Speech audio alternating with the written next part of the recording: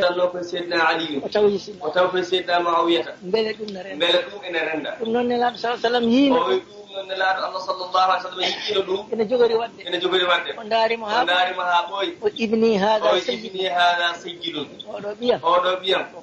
kohowo o sayuslihu llahu bihi o sayuslihu llahu Allah bihi ene jogori moƴƴinde Allah ene jogori moƴƴinde sababune makko bayna al-fi'atayn al-'azimatayn bayna al-fi'atayn al-'azimatayn hakkude pelle ɗiɗi mawɗe ceekiiɗe l'islam haɓɓe kanko jogori moƴƴinde ko noon o moƴƴiniri ɗum o ummi tan o tawa Seydina Muawiyata e dow yo juuɗe moƴƴindir mbaɗen noon enen nde mbaɗen noon luure gonɗe e gure he moƴƴi o gure ɗe yoɓe gimmo ɓe pewna ɗum kono gooto fof wiya minen kamɓe minen kamɓe gila nde jawli e l'islam gila nde jaali e l'islam gila nde joli e l'islam loore joli gila minen kamɓe joli e l'islam loore joli nde joli e tijaniya loore joli nde joli e galleji seeremɓe loore joli tesko ɗum tan sa teskima tan yiyat ɗum moƴƴinen hakkundeji meɗen nafodiren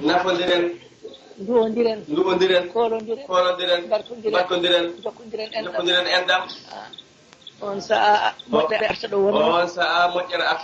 ala ɗo yaano nan ɗon en kutoraki ɗum tan so luure giwani jam yawata artude nema yawata artude yaajene yawata artude so luure iwani yo Allah noon won ballo eɗen gandi ceerno wi eɗen gandi hitande nde garɗen Mauritanie ceerno arɗo Mauritanie en kaaldino e maɓɓe o haaldino e leydi ndi gila to laamorɗo manko to wonde fitina wasata wadde kono noon yo kawral daño caggal fitina goto fof ittu fitina e ɓernde muɗum lomtina jam so on mbaɗi noon ma Allah addu jam e leydi he ma Allah addu yaajede e leydi he so on mbaɗi noon goto fof tottama haqqe mum neɗɗo fof itti fitina ko wanno ko ko ɗum wanno ko fof ittama goto fof arti nden keɓata haqqe ma e musidɗo maɗa joganiɗoma haqqe so tawi hawri e ma ko nden ɓurata newade tuddema haqqe ma e dow so haqqi e maɗa itte fitinaji ɗi nde ɗum wanno eɓɓano etano wona jam lumti wona ko jam lumti ha ñalawma hande wona jam one jokki ko noonne kadi meeɗi waade kono nde wonno ko yamirore Allah wonno nde kalɗen ɗum ha gasi ha gasi radio ji maɓɓe wiinoɓe kaɗo haala la budda neɗɗo fof gollatka laamɗo e laamaɗo miskino e galo fof alay sago kaɗo haala neɗɗo jaɓa ɗum golla ɗum ne kadi sabu ko ɗum yamirore Allah ko noonne kadi wayi kono gila nden en jii jam na ɓeydo kawral na ɓeydo haqqeji ene heɓo miɗa to Maroc Ibrahima Sock to Cide nawni ko waɗimo téléphone wimo galleji men tettanoɗi heɓama o wi holno heɓira ceerno garnoɗo ɗo o haalno ko ɗum en duttama galleji meɗen ta mine makko tawi kanko e ceerno ɓe goni to Maroc ɗum ko kawral watta ɗum fii ko fii Allah ko kawral watta ɗum mbaɗen kawral e meɗen enen gure ɗe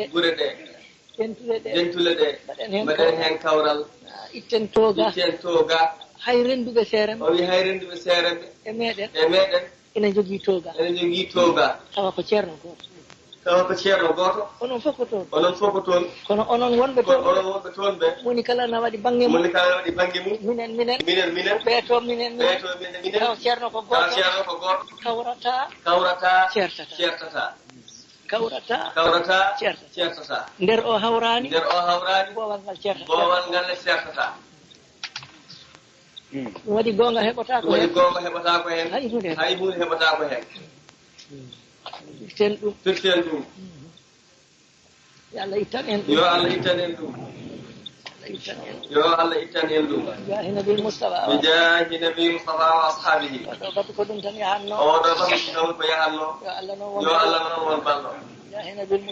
nabi Mustafa wa ashabihi jangoɓe alquran nde yo ngar o wino en ko farillaji 5 si wulɗude dental ngal enen wirtude wasifaji ɗiɗi wondude dental ngal e jonde lottusmakko kala da sohna Allah findini neddaka walillahi alhamdu ceerno yettode noon woɗani Allah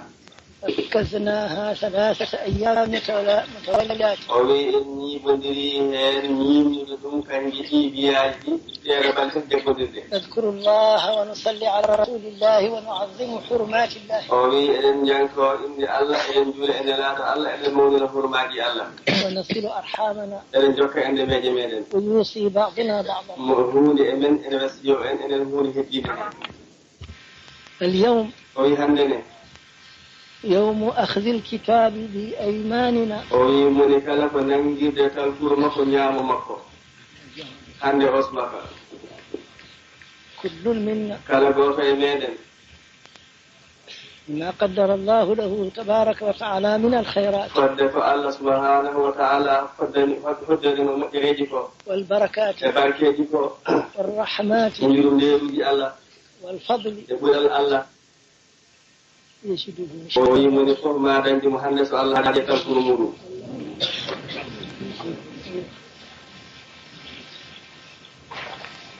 وأما من أوتي كتابه بيمينه فسوف يحاسب حسابا يسيرا وأما أن ذكر تذكر مقولون نيام مكو وي أرما أن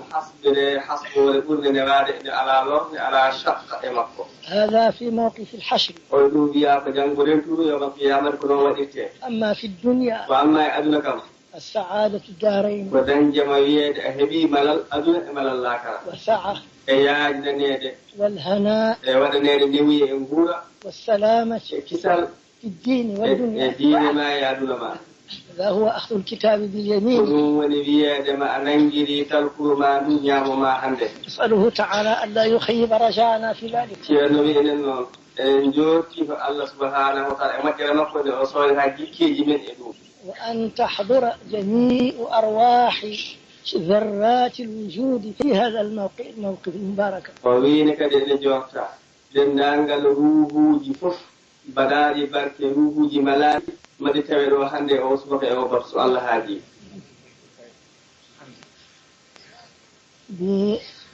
بإخبار صحيح منه صلى الله عليه وسلم وإنما لكل امرئ ما نوى وي سابتان kaburgol cellugol gimmingol ene laaɗo Allah o wi ene woodani juulɗo to Allah kala ko anniyi fadde anniya makko